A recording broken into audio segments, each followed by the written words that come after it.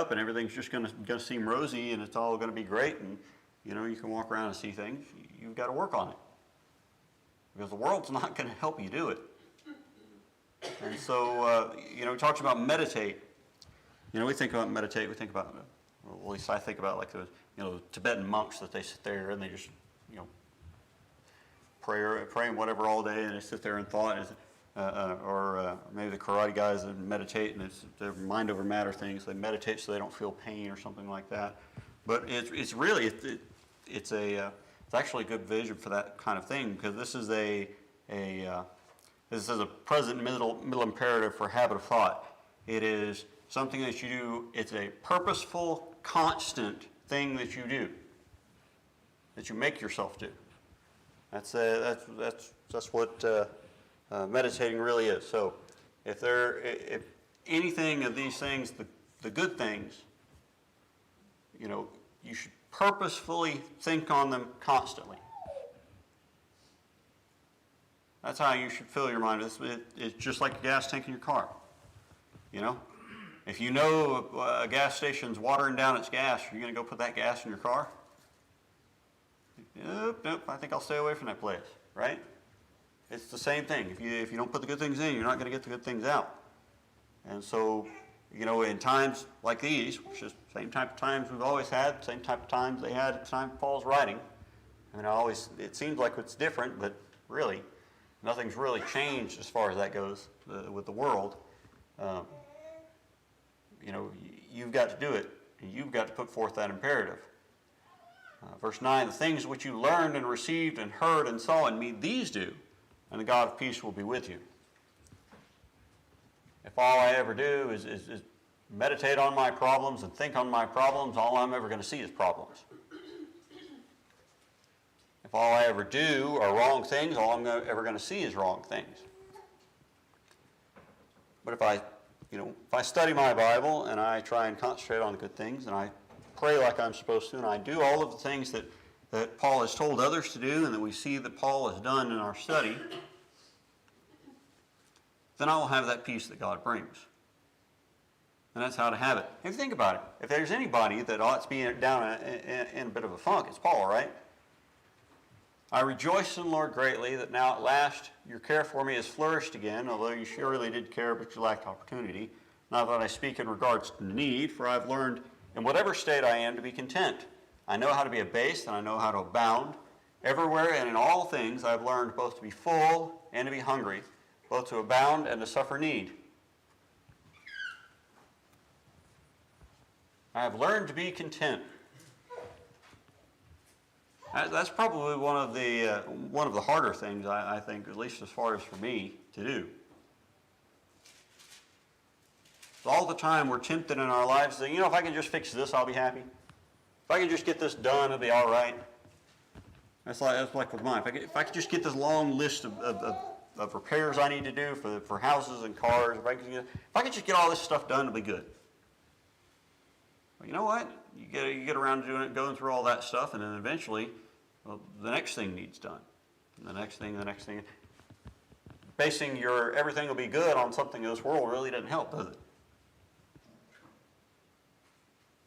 But you learn to be content, knowing there are things to be done, knowing they need to be done, but, you know, they'll get done, but, you know, if everything doesn't get done at once, it's not killing you.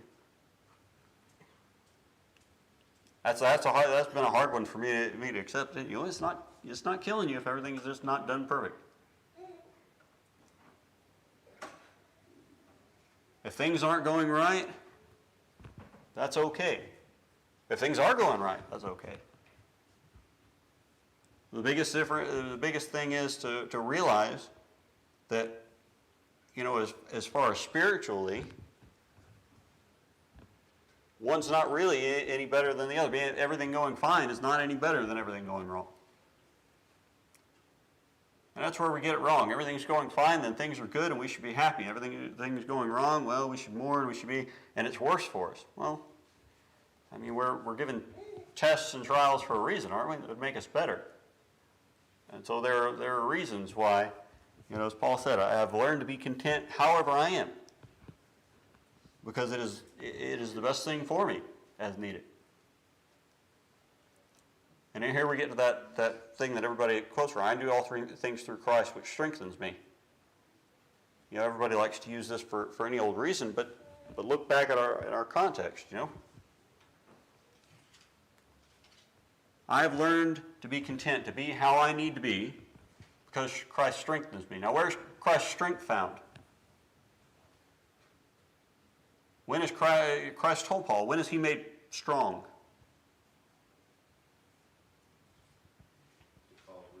In weakness. Remember, Paul had that thorn in his flesh that he asked the Lord to take from him 3 times. He said, no, be content because my strength is made perfect in weakness.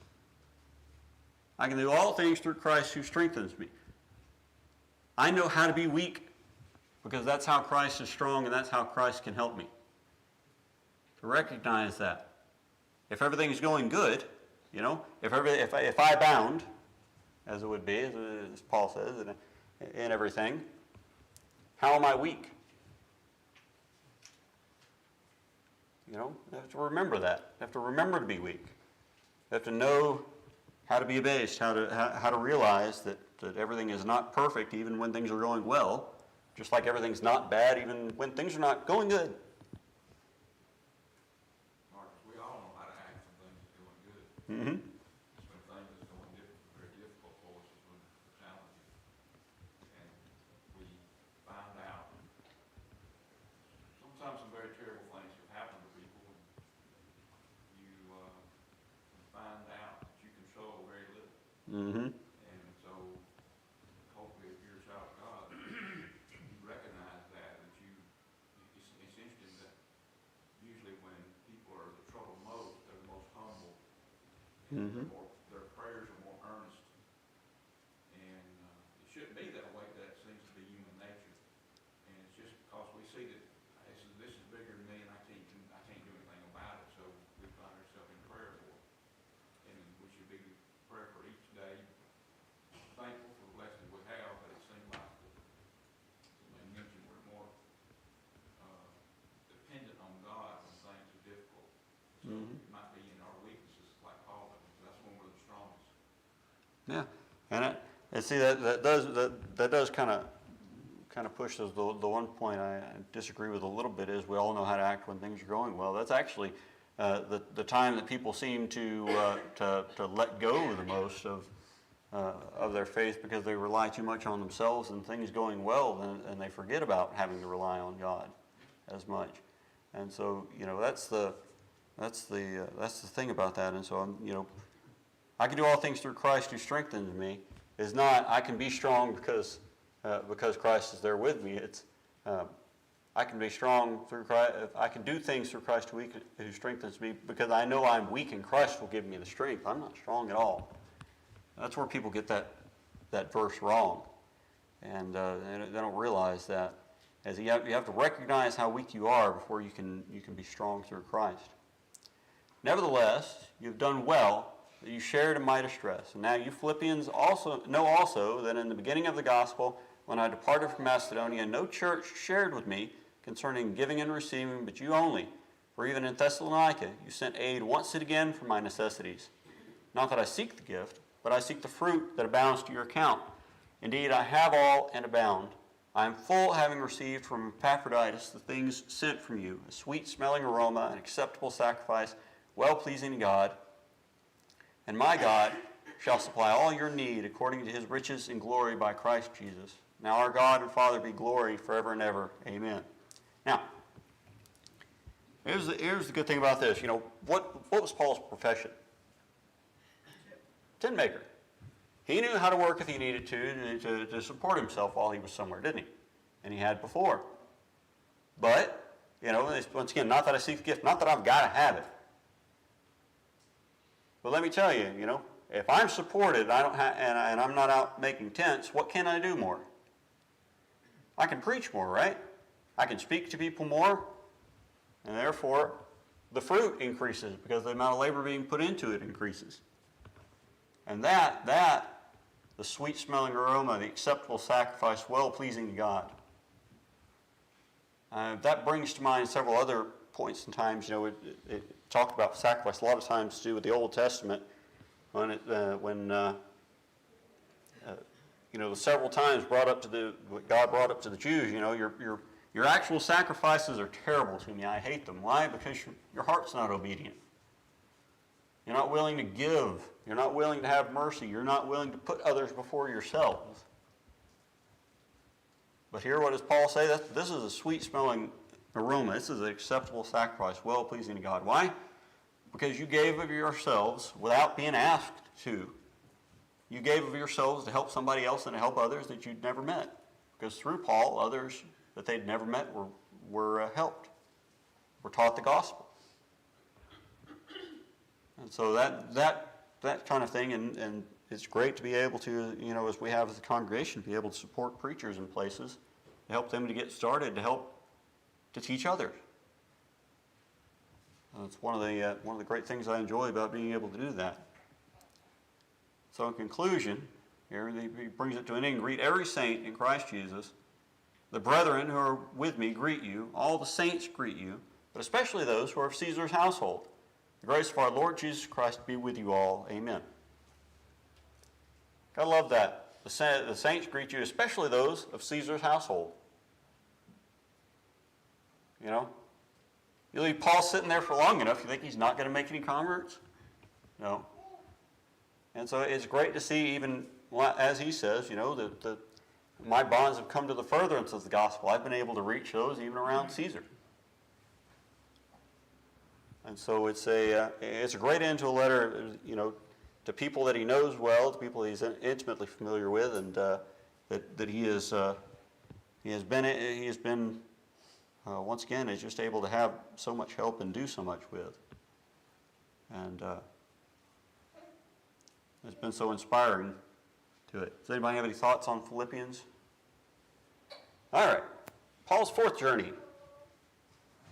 They're like, wait a minute, I don't know, 1, 2, 3 journeys and a journey to Rome. What about the fourth journey? Well, we outline Acts. We got, the ascension, the choosing of Matthias in chapter 1. In chapter 2, we got the opening of the doors of the kingdom, as it would be, the start of the church. 3 and 4 were Peter and John healing the lame man and being arrested for that, put on trial. Chapter 5 was Ananias and Sapphira and the apostles arrested. Chapter 6 was the dispute over the provision for the widows, Stephen arrested. Chapter 7 was Stephen's defense and murder. Chapter 8 was persecution of the church and the work of Philip. Chapter 9 was the conversion of Saul. 10, the conversion of Cornelius. 11, of course, remember the Peter having to defend his actions. And then we read some about the church in Antioch. In chapter 12, we hear about James' death and Peter almost being killed by Herod. And in chapter 13, we start with Paul's first journey. Remember, he went out through Asia Minor, Antioch, Iconium, Lystra, and Derbe. And then after that, he took a second journey, went back to the same places he went the first time, and he added some more there. He went to Derbe, Lystra, Iconium, Troas, Philippi, down to Berea and Thessalonica, down to Athens and Corinth, back over to Ephesus. Very brief journey stop at Ephesus, and down to Jerusalem. The third journey followed a lot of the same areas, except this time he spent 3 years in Ephesus, of course. And then there was the third time he was coming back down, going to Jerusalem to deliver, of course, the money that had been he'd taken in all these places for the saints.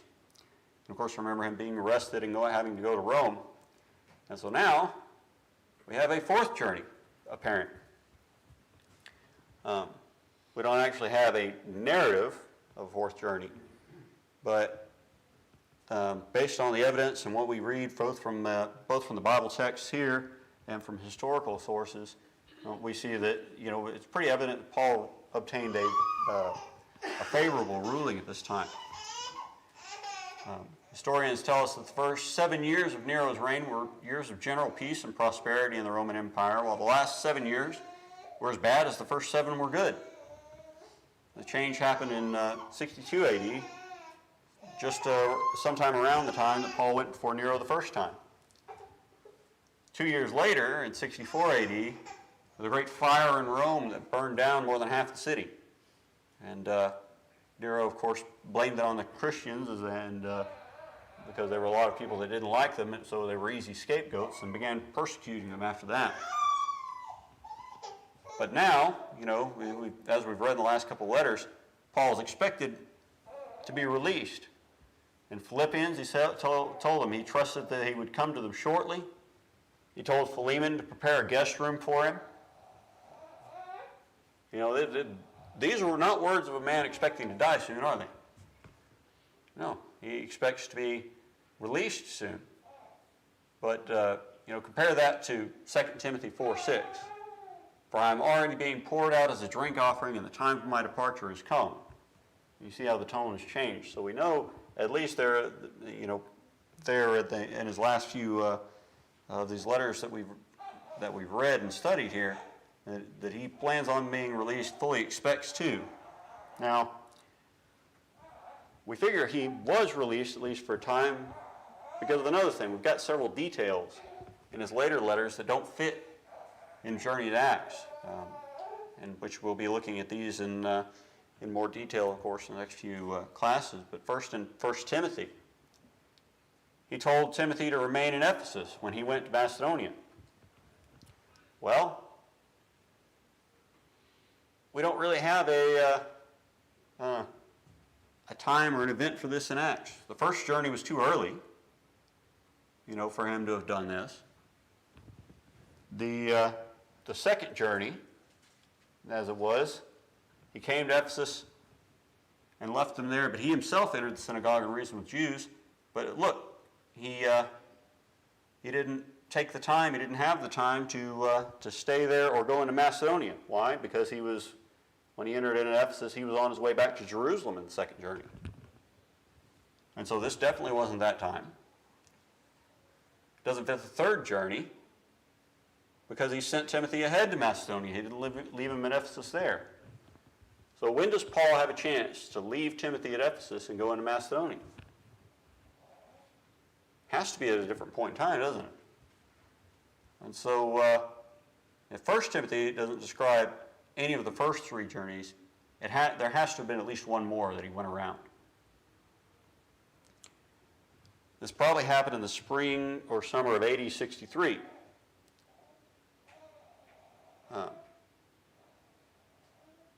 So there's no mention of the persecution that Nero has started yet.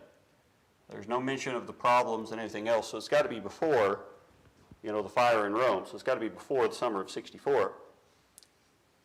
But he, according to his timing, he got to Rome roughly AD 61. So it couldn't have been any time before that, because he spent 2 years in Rome waiting his trial the first time.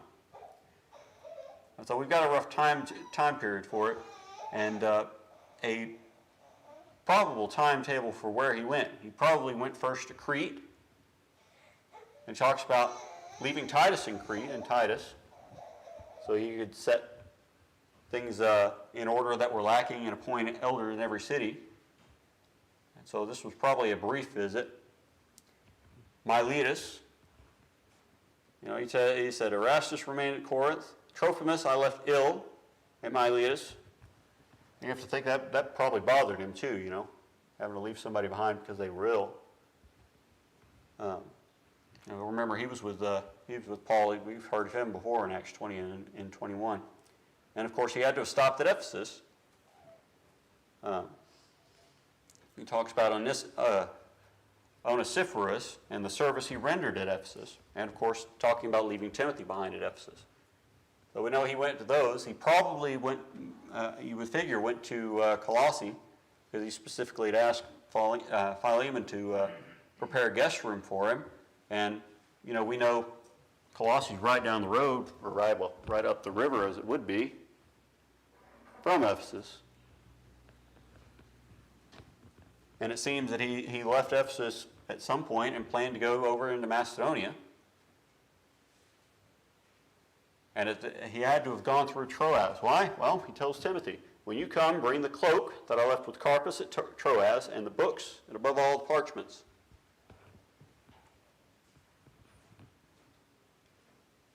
I would like some study materials or some things that I had written I want to go back over. And of course, Macedonia, he probably visited Philippi. This is probably the time also he wrote 1 Timothy and Titus. And finally, the last place that we have a Bible clue for where he went, as far as this goes, Neapolis, which is on the western side of Greece. He tells Titus, when I send Artemas or Tychicus to you, do your best to come to me at Nicopolis, for I have decided to spend the winter there. Now, of course, once again, this would have to be the winter of AD 63, because it's not yet time for the persecution hasn't yet come. And so this has got to be the fall of AD 63 when this was written. And so, it doesn't fit into any of these others' journeys very well, because all the places we've listed, in none of his other journeys has he gone to Nicopolis. And so it's we've got a different layout from everything that he's done before. He's never spent, except for on his journey to Rome, he'd never been to Crete. On his journey to Rome, there was no evidence that Titus was with him.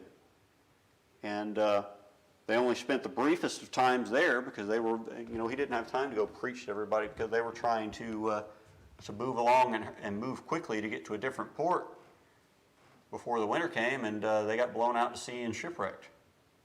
And so there wasn't really time to set up a bunch of churches in Crete, so this had to be a different time. And then also, of course, we have the possibility that Paul went to Spain, which was something that he definitely hadn't done in any of his other journeys, but there's evidence for that. He planned on going. We know that from his letter to the Romans, roughly AD 57. Before he ever went to prison and everything, he wanted to go through Rome and go over to Spain. Maybe you notice that, why? I no longer have any room for work in these regions. Now, why is that? There's obviously, work to be done, but what is Paul's primary work that he likes to do? He preaches the gospel in places that it hasn't been preached yet, and teaches to those that haven't been taught yet. And so, having been through the area several times and having taught just about everywhere and preached just about everywhere, he wants to go somewhere to preach the gospel anew, and that would be Spain. Clement, who's a first century Roman, says, owing to envy, Paul also obtained the reward of patient endurance after being 7 times thrown into captivity, compelled to flee, and stoned. After both preaching in the East and the West, he gained the illustrious reputation due to his faith, having taught righteousness to the whole world and come to the extreme limit of the West. Well, if we remember our good old map of the Roman Empire, what's the extreme limit of the West you've got in Rome? That's Spain, isn't it? This seemed like it may have been the place that he was finally captured and would be taken for good prisoner by the Romans and suffered martyrdom under the prefects. Of course, he had a final trip to Rome, as we'll talk about more in 2 Timothy. When he arrived in Rome, it searched for me eagerly and found me.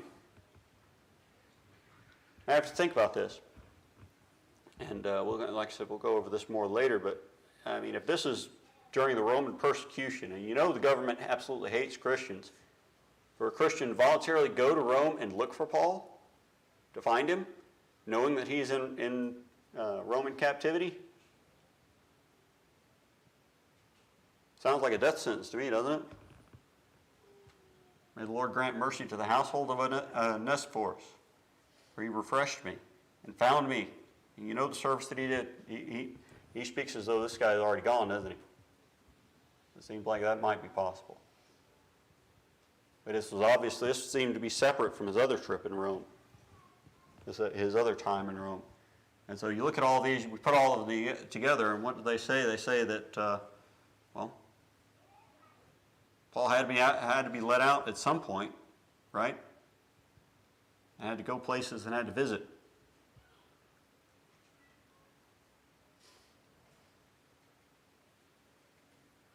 When Paul was summoned to appear before the emperor for his trial, it was with the near prospect of certain death. This is the final trial. The aggravated nature of the crime charged against him and the prevailing animosity towards Christians left little ground to hope, for the hope of a favorable issue.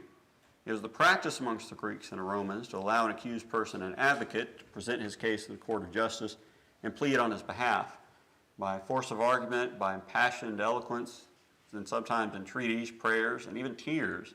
An advocate would often secure a decision in favor of the prisoner, or failing this, would mitigate the severity of his sentence, but no man ventured to act as Paul's counsel or advocate. No friend was at hand, even to preserve a record of the charges brought against him by his accusers, or of the arguments which he urged in his own defense. Amongst the Christians at Rome, there was not one who came forward to stand by him in that trying hour. And we have to think about it. Why? Well, anybody that stands with Paul at that point is going to be branded what? A Christian, right? And what happens to all those at that point that were branded Christians?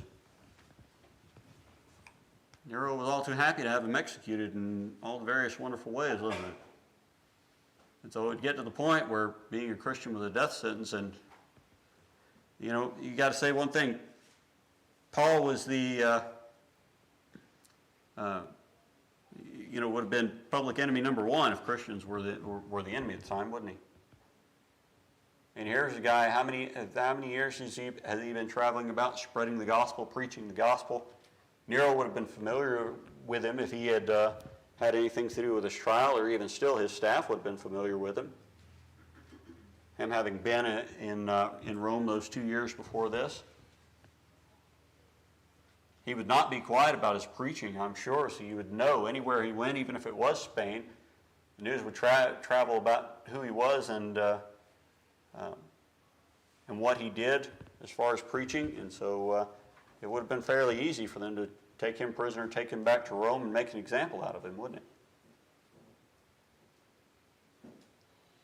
And so once everything started going downhill, I mean, that pretty much sealed it for Paul, didn't it? Because you know one thing, was he going to change what he did just because the government didn't like him anymore? No. He went to Jerusalem fully expecting to be killed as a result, and said, if I die for the gospel, that's good. That's fine. He didn't change that attitude, which is pretty admirable as far as that goes. All right. A little further than I thought we'd get. I forget that particular set of slides is a pretty quick go through. So,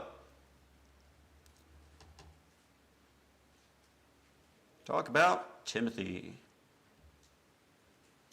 1 Timothy. So, what do we know about Timothy?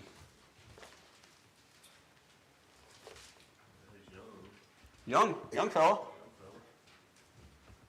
Where did we first hear about him? Lystra, Iconium. Acts 16. Seems like he was converted by Paul on his first trip through Lystra. His grandmother Lois and mother Eunice had strong faith, and his father was a Gentile. And he's been instructed in the Old Testament scriptures since childhood. And so his first encounter with Paul would have been 47, 48 AD, give or take. Seems like he had a special relationship with Paul. He was a beloved and faithful child in the Lord, called a true child in the faith. Paul refers to him as my son and my beloved son in his letters to him. Of course, remember, Paul didn't marry and Paul didn't have kids of his own. And so the relationship seemed like that he had with Timothy would be the closest relationship to that he would have, and to have somebody that you cared for like that. And so that was definitely Timothy was definitely a big help to him and a big influence on Paul, as much as Paul was an influence on him for that. Timothy's work began on the second journey. He started traveling with Paul. They remained at Berea to teach. You have to think about that. He starts traveling with Paul. They were going to go north, if you'll remember, up into Galatia and such, in Asia Minor. And what did the Spirit say? No, right? Push them further west. And so where do they finally wind up? Over near Macedonia, Troas, because they had the vision of the Macedonian coming and call, and so they went over there, and they, so in that short time, the time they traveled over, went through Troas, over into Philippi, and then down into Thessalonica and Berea. Paul trusted Timothy enough to leave him with Silas to help with work at Berea. He came and met Paul at Athens, then returned to Macedonia. And he joined Paul back at Corinth. And so you have to think, he obviously has to have a zeal for the gospel, doesn't he? A zeal and a knowledge in God's word, right? Of all the guys in here that have taught a lesson, you know how difficult it is to prepare your first one and get it all ready, and how nervous you are and all that, and to get used to doing things like standing up here and teaching and everything else. But him at a young age to have done that, and to have Paul, like I said, trust him enough to send him out to do those things. A very impressive young man we're talking about here. He works on the third journey. He was sent with Erastus on to Macedonia. Sent ahead from Ephesus to Troas. He was stayed at Rome with Paul while he was in prison.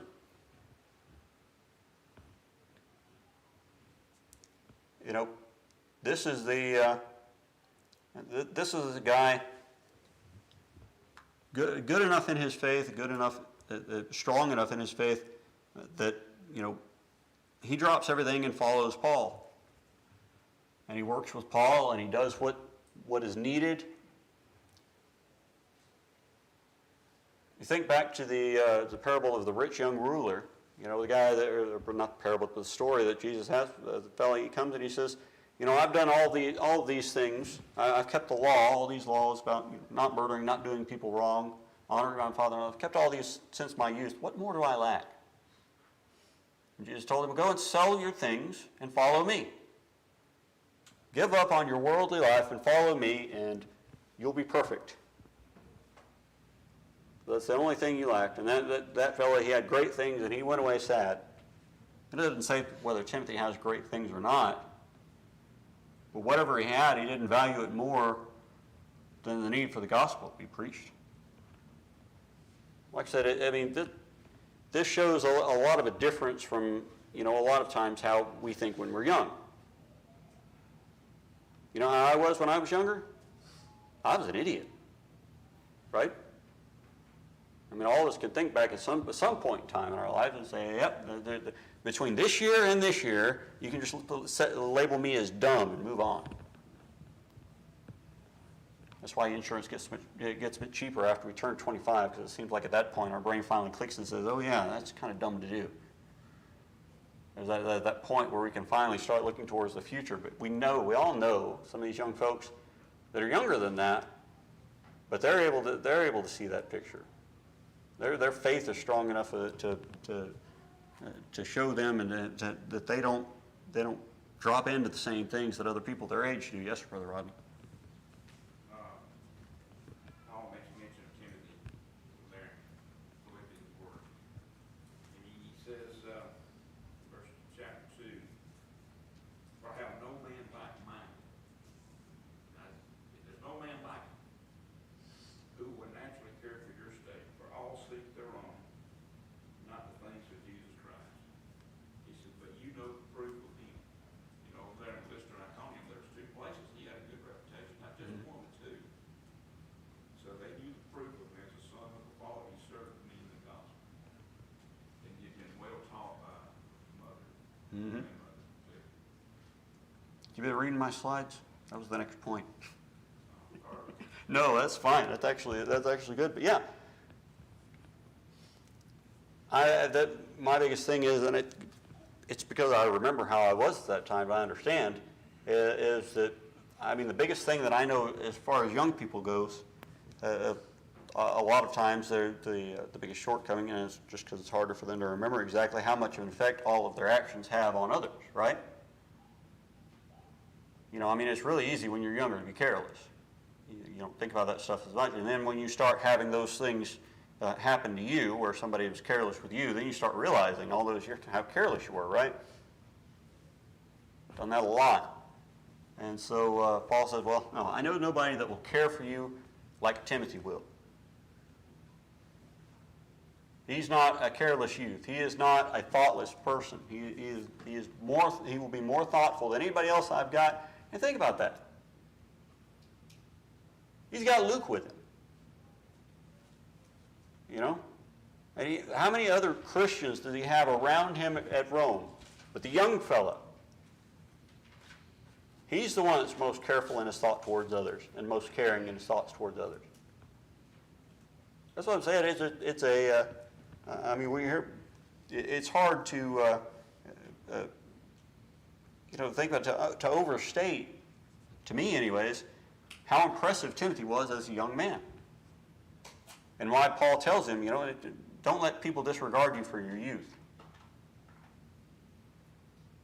He saw the value in him for what he was. So, after we get to the end of Acts, we find Timothy working with the church at Ephesus. As Paul said, I sought you to stay at Ephesus when I went to Macedonia. And so he gets this first letter that we're going through, and he gets a second letter again during Paul's last imprisonment in Rome. And from the looks of it, by the time Hebrews was written, Timothy himself had evidently been in prison. If you look over in, let me go dig through there. Hebrews 13, there in verse 23, know that our brother Timothy is set at liberty, with whom if he comes shortly I will see you. So the writer of Hebrews, was somebody who might probably hung around Paul, to be honest with you, because his style is a lot like his. It doesn't seem like Paul wrote the letter, because Paul always identified himself in his letters. But he said Timothy's been set free, so at least at some point he spent some time in prison. And that's the thing about the Roman Empire, it's kind of the same as the U.S. if you think about it. Depending on where you're at and what the judge is like, they're going to take some crimes more seriously than others, right? Some things you might get in more trouble for here, you might not get in as much trouble for in New York, and vice versa. And so, depending on, one, how big of a nuisance you've made yourself, and two, the severity of the crime, and three, just the mood and the character of the judge. It depends on what kind of sentence you're going to get for some of this stuff. Well, this is the same kind of thing. Christians were released from prison. There were some of the prefects and governors and such that didn't put as many to death and anything else, and some that even wrote to emperors wondering, what they should do to them, or whether indeed they were deserving of some of the stuff that was happening to them, just because they couldn't find anything wrong with them. So it just depends. Paul, obviously, as much as he stands out, is not going to get as nearly as fair of a trial, especially if he's hauled back to Rome to have it, in a place where they're persecuting Christians, as Timothy might in a different place where maybe he's been for a while, and maybe the person that's judging him knows it. Mark, you look at Paul's life and how committed he was to the Lord, and what he went through, what he was willing to do for the Lord, and even to die would be. Timothy saw all that. Mm-hmm. Timothy saw those scars on his back and on his face where he'd been beaten. And you can imagine they ate together. They lived together for years. And you can imagine there's a lot of things that's not recorded that, maybe Paul's talking with him about a number of different things as they're traveling, and he observes Paul, how he conducts himself, and he sees the commitment and the loyalty that Paul has. And I can't help but think, he would want to be like him.